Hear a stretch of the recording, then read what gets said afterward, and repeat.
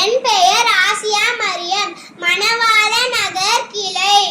அண்ணல் நபியே அழகிய முன்மாதிரி. ஜூன் மாத செயல் திட்டத்தை முன்னிட்டு சிறுவர்களின் தோழர் நபிகள் நாயகம். அண்ணல் நபி இந்த உலகத்திற்கே அருட்கொடை ஆவார்.